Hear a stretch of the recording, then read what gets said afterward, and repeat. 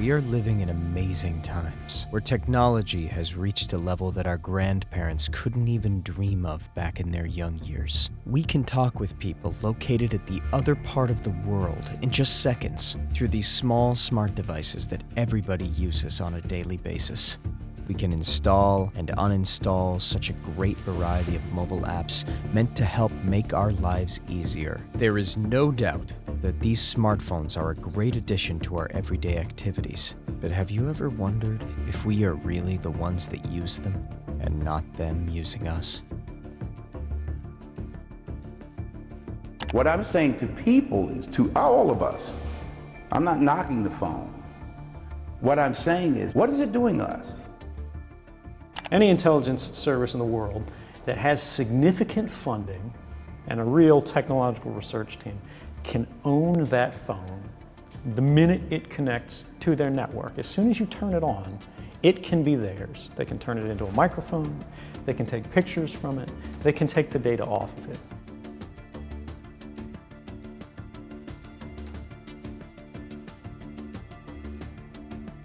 We are living through times where surveillance practices have become extremely unethical. No matter if you turn it off, no matter if you put it on airplane mode, it seems that your smartphone continues to work as if still being on, recording every movement that you make. Once you start using a smartphone, you become a part of this surveillance game. While many believe that only our data is being exploited, the fact of the matter is that the ones being actually exploited are us, the people. The process of surveillance that many of the mobile carriers are using is based on the usage of the International Mobile Equipment Identity, known as IMEI, and the International Mobile Subscriber Identity, known as IMSI. These are codes that help determine every single movement that you make whenever you have your phone near you. Both codes, IMEI and IMSI, represent the identification numbers that your smartphone and SIM card has, which are unique. The strategies they are using are very much encouraged by the fact that nowadays, people are more willing to use a mobile phone rather than a laptop or a desktop. And it makes sense. The smaller the screen, the easier and more comfortable to use wherever you are. Considering the fact that your phone is constantly connected to the nearest cellular tower, every time you use it, your whole activity is being recorded through the radio frequencies sent to that particular cellular tower. One might think that this happens only when the smartphone is on. Things are actually more complex than that.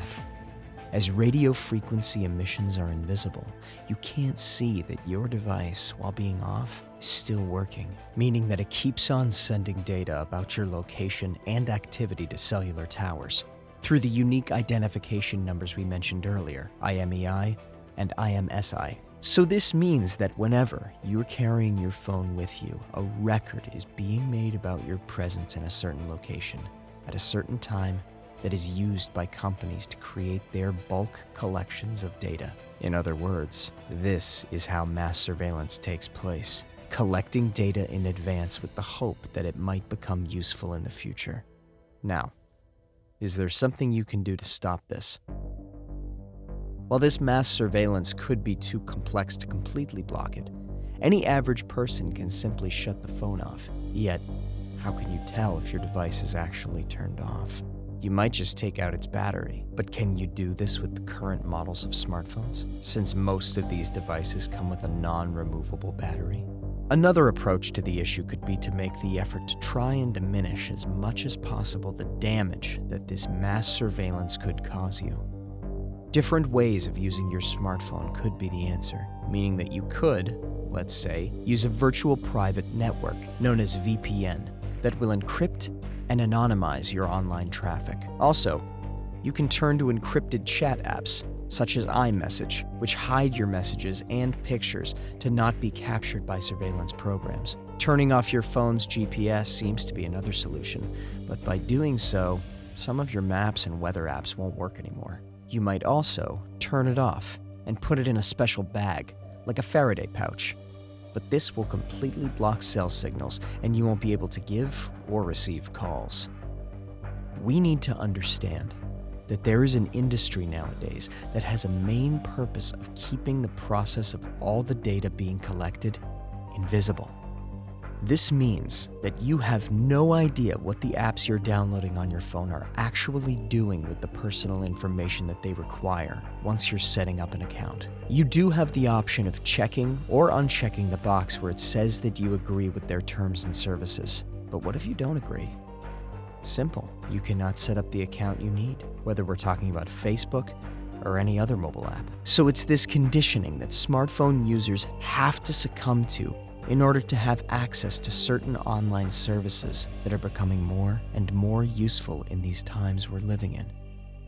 When you sign up for Facebook, you sign up for terms of service. Are you familiar with that? Yes. Okay.